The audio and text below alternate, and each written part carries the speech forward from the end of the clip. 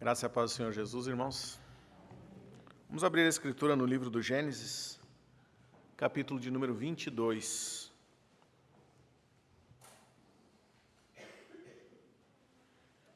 Gênesis 22, nós faremos a leitura dos versículos 1 ao versículo 19.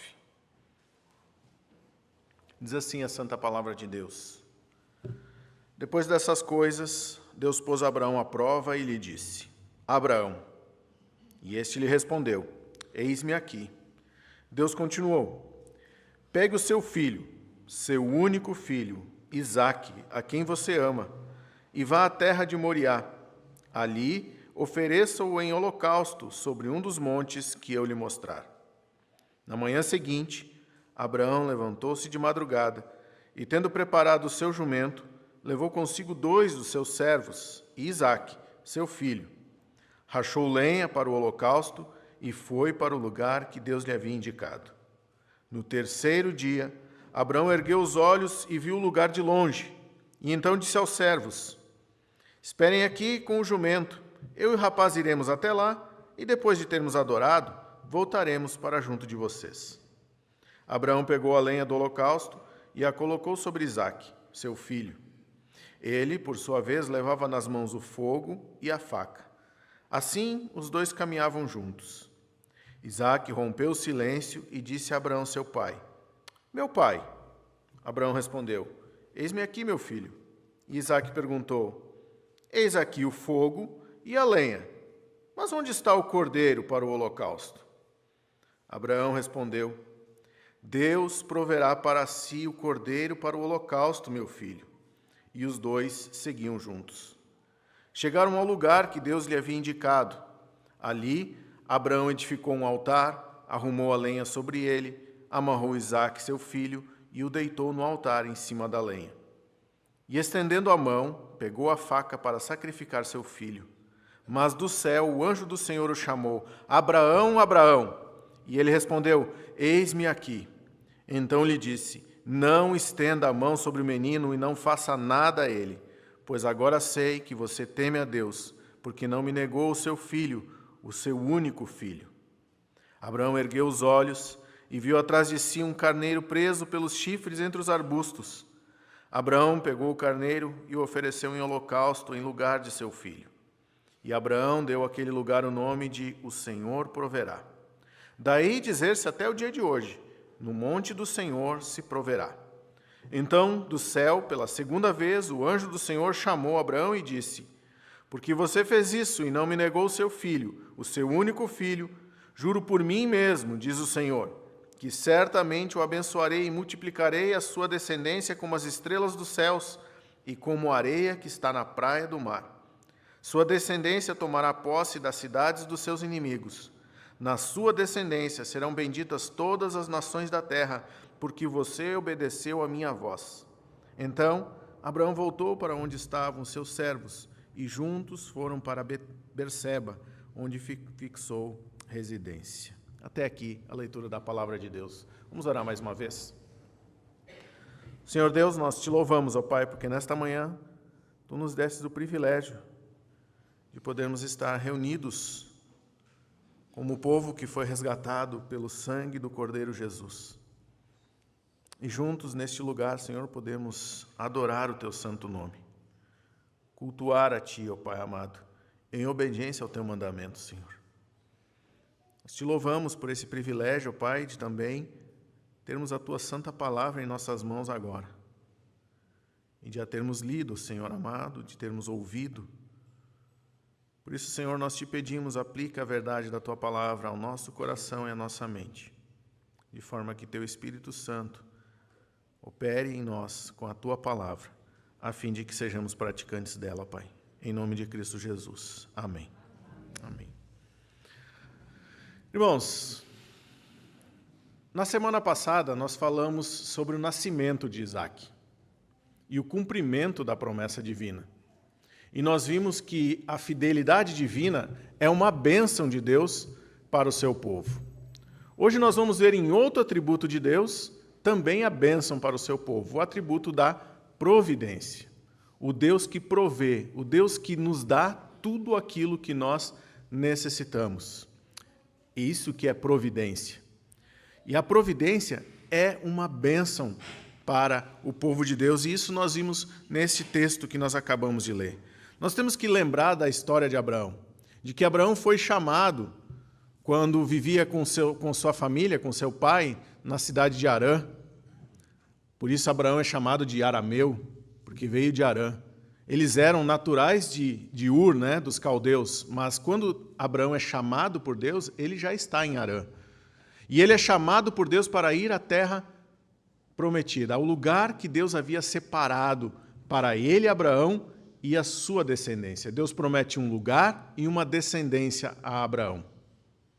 Muito tempo se passa, muitas coisas acontecem. Abraão deixa seus pais, vai até a terra, vai em caminho à terra prometida. Ele tem problemas com seu sobrinho, Ló. Ele tem problemas com os reis, os reinos por onde ele passa. Várias coisas acontecem, e Deus prometendo, Deus guardando, Deus cuidando de Abraão. E nós temos, naquilo que nós lemos na semana passada, e nós vimos na semana passada, o cumprimento, então, da promessa maior. O filho da promessa nasce, Isaque. Isaque, então, nasce, a alegria toma conta da casa de Abraão, a alegria toma conta de todos os seus servos, de todos aqueles que andavam com Abraão e com Sara. E nós vimos também que isso influenciava o povo que ouvia aquela mensagem pela primeira vez. A alegria que Isaque trouxe também era a alegria que Deus trazia ao povo que estava prestes a entrar na terra prometida. O nosso texto está dentro desse mesmo contexto. O texto de hoje, do holocausto de Isaque, está dentro do mesmo contexto. Aquele povo está em Moabe, acampado, com a missão de entrar na terra prometida, mas amedrontado, acovardado, por conta daqueles 10 espias que trouxeram aquelas más notícias sobre o lugar. Não levando em consideração os 2 espias que trouxeram as boas notícias de que Deus estava com eles, de que aquele lugar Deus havia prometido e que Deus daria. É a esse povo que Deus dá esta palavra em primeiro lugar.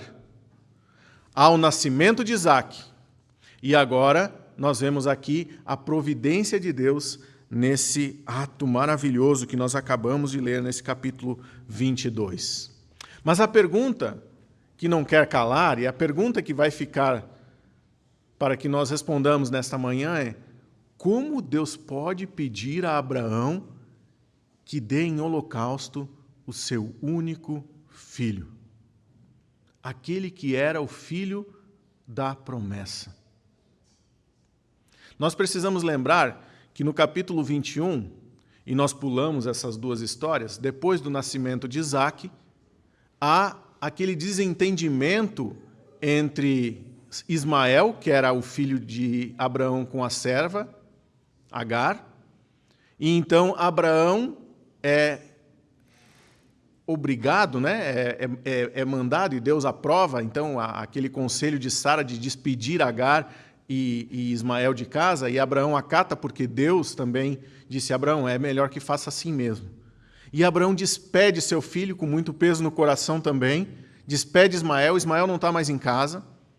Depois nós temos a história de Abimeleque, o acordo que Abraão faz com Abimeleque, e aí nós temos aqui Deus agora tratando da vida de Abraão, e o nosso texto começa dizendo, depois destas coisas. Ou seja, depois de tudo isso, Deus põe Abraão à prova.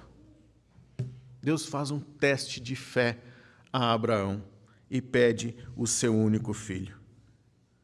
Depois dessas coisas, depois de tudo isso ter acontecido,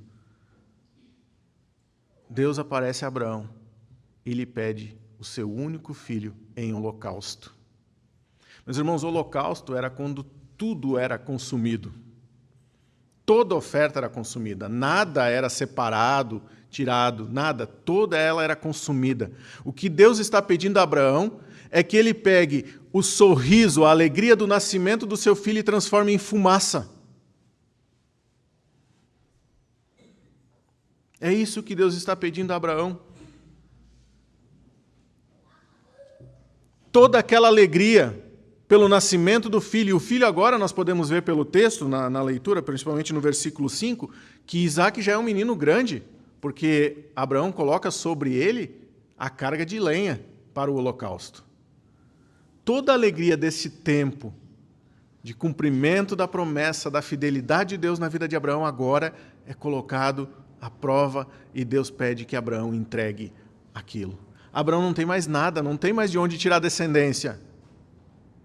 Ismael, que seria a possibilidade, já não está mais em casa também. Todo o futuro de Abraão está sendo colocado em jogo aqui. Deus pede a Abraão que entregue o seu único filho. E nós podemos ver isso no decorrer da narrativa, como Deus trabalha esta questão mesmo com Abraão, porque esta palavra, esse único filho, seu filho, a quem você ama, é repetido várias vezes. Várias e várias vezes no texto nós temos isso. Deus prova a Abraão. Não é a mesma prova que Jó sofre quando Satanás, numa conversa com Deus, tem a liberdade de tentar a Jó. Não é assim. O texto mostra que quem põe Abraão à prova aqui é Deus mesmo. O Deus fiel que cumpre as suas promessas é o Deus que está pedindo agora a Abraão que entregue o seu único filho. Que entregue o futuro. Que entregue o cumprimento das promessas em holocausto ao Senhor. Deus estava testando Abraão. No versículo 2 nós temos então essa ênfase. Toma o teu filho, o teu único filho, Isaque, a quem amas, e vai à terra de Moriá. São 3 dias de viagem.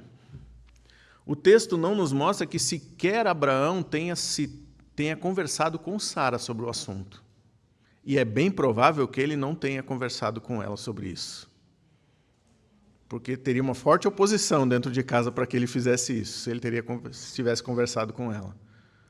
O texto diz que Abraão vai dormir. Eu imagino que ele não tenha conseguido dormir naquela noite. Você já imaginou ir dormir com essa missão? Toma o teu filho, o teu único filho, a quem tu amas, e vai à terra de Moriá, e o oferece ali em holocausto a mim. Mas o texto diz que Abraão levanta de madrugada. De madrugada. Ou seja, muito cedo. Mais cedo do que normalmente ele levantava. Pega o seu filho, pega o material necessário para o holocausto e leva 2 servos com eles. E aí o texto nos diz que essa viagem, ela tem 3 dias. No terceiro dia, diz o versículo 4, no terceiro dia, Abraão ergueu os olhos e viu o lugar de longe. E então ele diz aos seus servos. E o que ele diz aos servos? Ele diz, esperem aqui, com o jumento, pois eu e o rapaz iremos até lá, e depois de termos adorado, voltaremos para junto de vocês. Será que Abraão aqui estava fazendo uma mentirinha do bem para os seus servos? Será que ele estava contando alguma coisa para que os seus servos não incomodassem, não dissessem, não faça isso, Senhor, não vá lá oferecer seu filho? Será que ele estava contando algum tipo de mentirinha dessas, assim, uma mentirinha para o bem? A gente sabe que não existe mentirinha para o bem, né? Não era mentira nenhuma que Abraão estava contando aqui.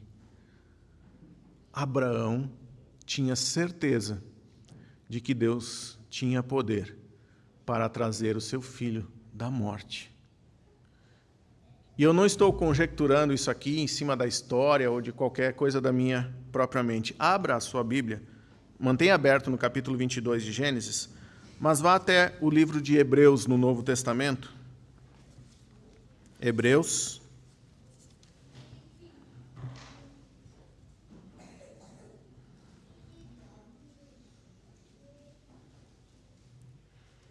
Capítulo 11, versículo 17.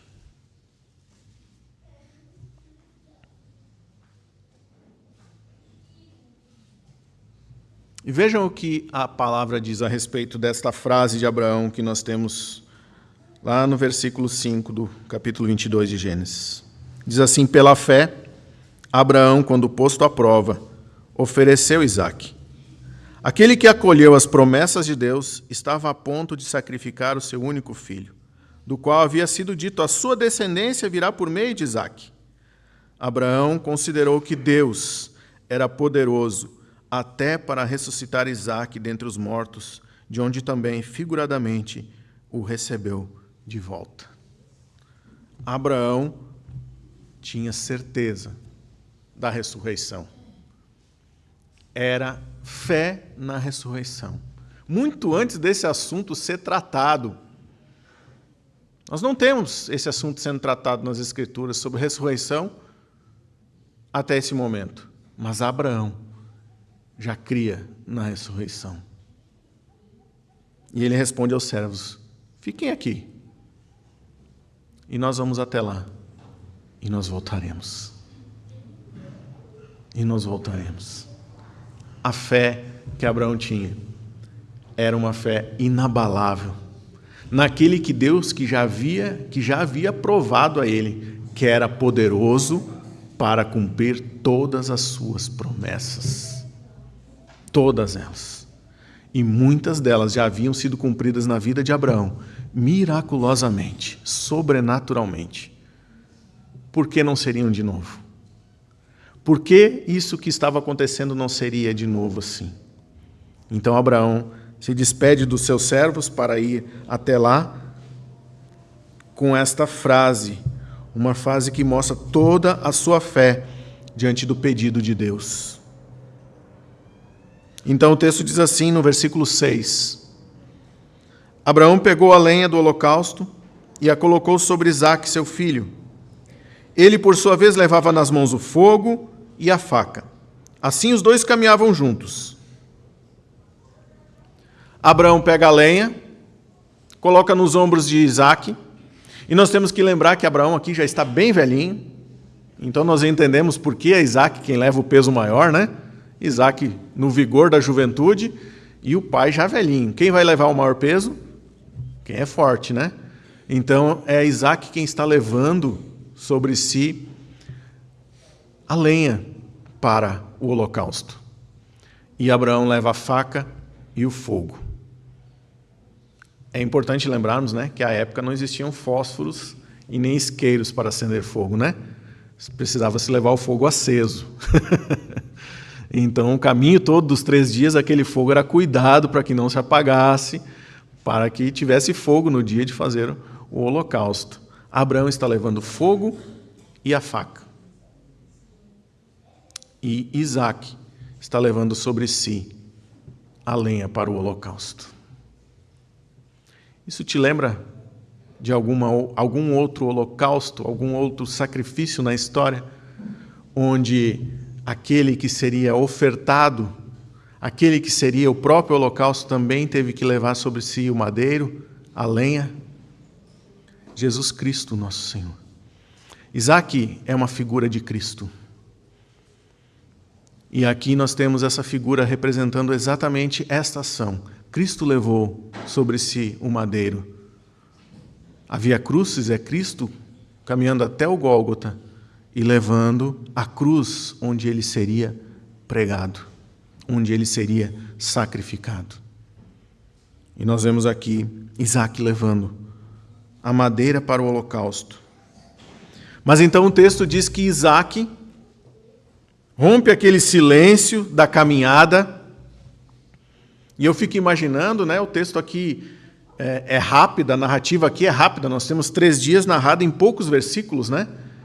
Então, eu fico imaginando esse tempo entre aquela frase de Abraão para os 2 servos, a despedida dos servos, e aquela caminhada até Moriá, e aquele silêncio, e Isaque pensando, mas espere aí,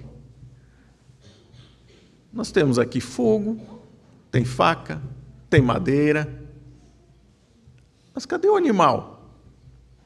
Cadê o carneiro? Onde está o cordeiro para o holocausto? E eu fico imaginando um jovem caminhando com seu pai nesse momento, E essa verdade batendo a sua mente, ele pensando sobre isso, sobre essa dúvida, o quanto ele demorou para criar coragem para abrir a boca e quebrar esse silêncio e falar com seu pai sobre o assunto.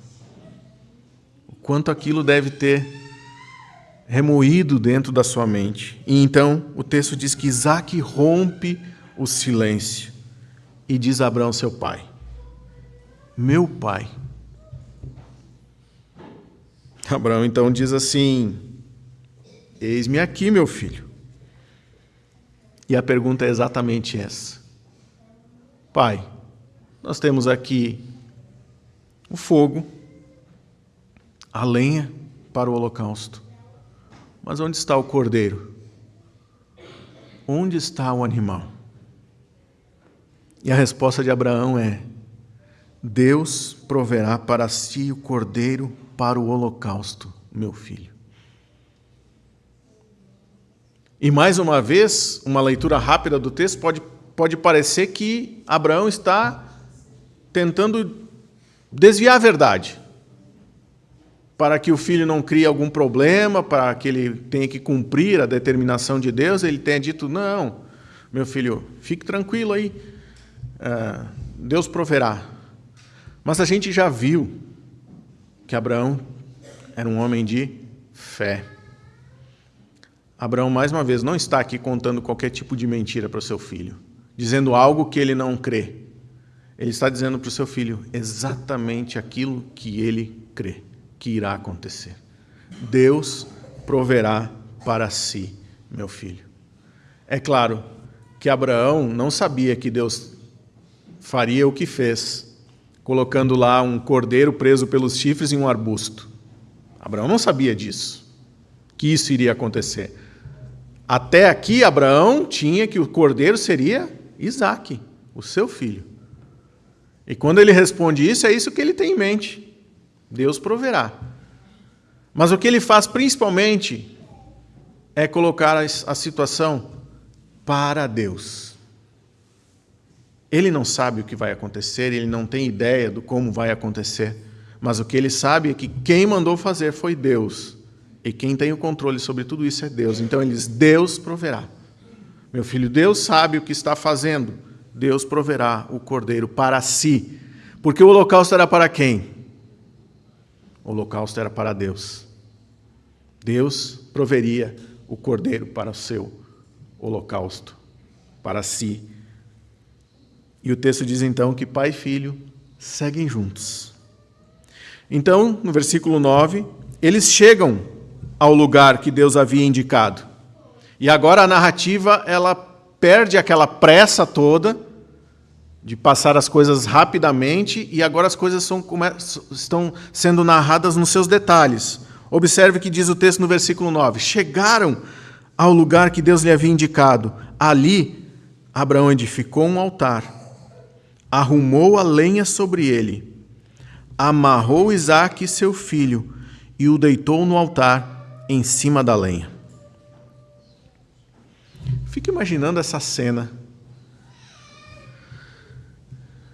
O coração de Abraão, como estava nesse momento tendo que fazer isso. Mas algumas outras coisas me chamam a atenção aqui. A obediência de Isaque. A obediência do filho. Aqui, Isaque já percebeu quem seria o cordeiro para o holocausto. Ele está sendo amarrado.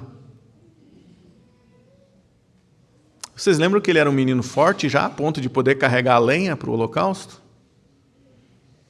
E que o pai já era um homem velho e fraco? Ele poderia facilmente não deixar que o pai o amarrasse. Mas ele se permite ser amarrado. Ele permite ser colocado sobre o altar para ser sacrificado. Mais uma vez nós temos aqui uma figura do sacrifício de Cristo na cruz do Calvário.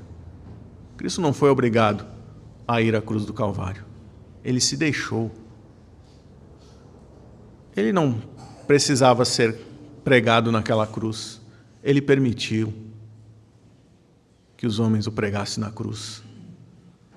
Ele tinha poder para sair daquela situação, mas ele não fez. Era necessário que ele fosse sacrificado. E nós vemos Isaac agindo desta mesma forma aqui, se entregando ao holocausto, em obediência a seu pai. O mesmo que Cristo faz. Em obediência ao Pai, ele se entrega à cruz do Calvário. Então, no versículo 10, nós chegamos ao clímax da narrativa, ao clímax dessa história. E diz o texto: e estendendo a mão, Abraão pegou a faca para sacrificar o seu filho, mas do céu o anjo do Senhor o chamou: Abraão, Abraão. Pense na pressa dessa situação. Abraão já está com a faca em mãos, o ato de sacrificar o filho já está em andamento. Quanto tempo se leva para fazer isso? Segundos. E então a voz do anjo se ouve do céu: Abraão, Abraão. E eu imagino que foi assim. Não foi como normalmente nós lemos, né? Abraão, Abraão. Foi com urgência. Abraão, Abraão. Abraão não podia fazer mais nada a não ser parar tudo que estivesse fazendo para ouvir aquilo. Foi um brado dos céus. Abraão, Abraão. Então Abraão responde: eis-me aqui, Senhor. Eis-me aqui. E o anjo então diz: não estendas a mão sobre o menino e não faça nada a ele. Pois agora sei que você teme a Deus, porque não me negou o seu filho, o seu único filho. Então, miraculosamente, aparece um cordeiro preso pelos chifres em um arbusto. Você já imaginou essa cena? Pense num cordeiro preso num arbusto com seus chifres. Será que ele ficava em silêncio preso ali? Porque tudo isso que aconteceu aqui, nós não temos esse cordeiro sendo narrado aqui, que ele está ali naquela situação. Ele deveria estar fazendo uma gritaria, um barulho, uma força para sair daquela situação. Ou seja, não estava ali. O cordeiro apareceu ali. Deus colocou aquele cordeiro ali naquele momento. No momento do Abraão, Abraão. Não estendas a mão. Neste momento, o cordeiro é colocado naquele arbusto, preso pelos chifres. Então o texto diz que Abraão ergueu seus olhos e viu aquilo. Um cordeiro preso pelos chifres entre os arbustos. Abraão então entendeu que Deus proveu para si o cordeiro para o holocausto. E ele pega o carneiro e oferece em holocausto em lugar do seu filho. É porque Deus entregou o seu único filho, Jesus Cristo, na cruz do Calvário, que Abraão não precisou sacrificar Isaque.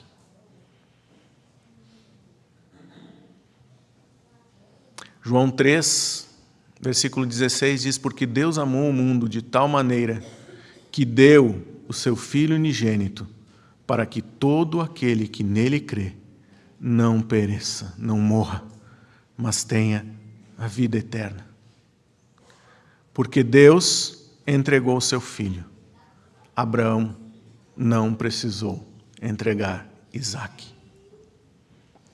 O amor de Deus por Abraão, por Isaque e pelo povo de Deus estava sendo provado por Deus aqui, através da sua providência.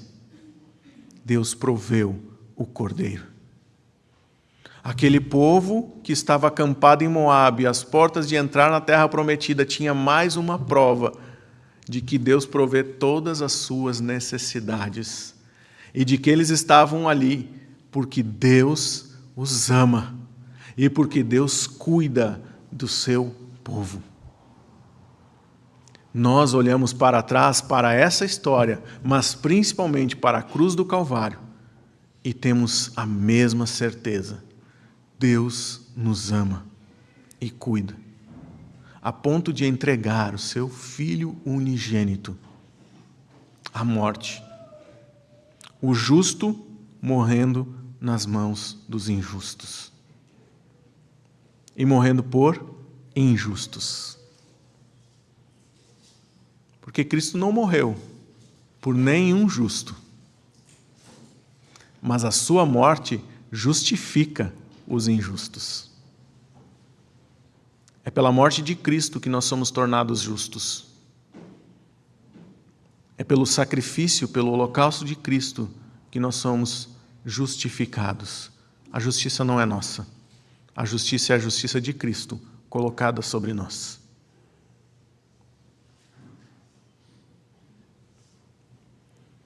Abraão não precisou sacrificar Isaque, porque Deus entregou o seu único filho na cruz do Calvário. Então o versículo 15 diz: Então do céu, pela segunda vez, o anjo do Senhor chamou Abraão e disse: Por que você fez isso e não me negou o seu filho, o seu único filho? Juro por mim mesmo, diz o Senhor, que certamente o abençoarei e multiplicarei a sua descendência como as estrelas dos céus. Isso Deus já havia dito a Abraão, na sua promessa. Mas Deus acrescenta agora: e como a areia que está na praia do mar. E há mais um acréscimo na promessa da bênção aqui. E ele diz então: a sua descendência tomará posse das cidades dos seus inimigos. Na sua descendência serão benditas todas as nações da terra, porque você obedeceu a minha voz. Você já imaginou? Você lá, naquele deserto, com a missão de entrar em Canaã, e você ouve agora esta promessa renovada de Deus e ampliada, dizendo: a tua descendência, Abraão, tomará as portas da cidade dos teus inimigos. Eles estão ouvindo agora, e Deus está garantindo que eles tomarão posse da terra de Canaã. A terra será deles. E mais, nessa ampliação da promessa, é dito que as nações da terra serão benditas pela vida do povo de Deus. É verdade que Israel não entendeu muito bem essa segunda parte da promessa, pois o que Israel era para ter sido em sua história, ele acabou não sendo, que seria bênção para todas as nações da terra. Por algumas épocas de sua história, até ele cumpriu essa função. Nós vemos isso, por exemplo, nos tempos do rei Salomão, onde as nações da terra iam a Jerusalém, iam a Israel para ver as grandezas de Deus, para ver o que Deus fazia por seu povo, e eram abençoadas pela bênção do seu povo. Mas isso não durou muito tempo. Mas em Cristo Jesus, e na igreja de Cristo Jesus, esta promessa é cumprida. Hoje, a igreja do Senhor Jesus está em todos os lugares da terra, em quase todos eles. Em quase todos os lugares da terra. Abençoando as nações. É verdade que muitas vezes as nações não percebem que a igreja está ali para a sua bênção e a perseguem. Mas a igreja está ali, abençoando, porque a igreja está pregando o evangelho do Senhor Jesus Cristo, trazendo as boas novas de salvação, do Deus que provê, o Jeová Jiré, que foi o lugar que Abraão deu, o nome que Abraão deu àquele lugar onde ele ofereceu aquele cordeiro em holocausto ao Senhor.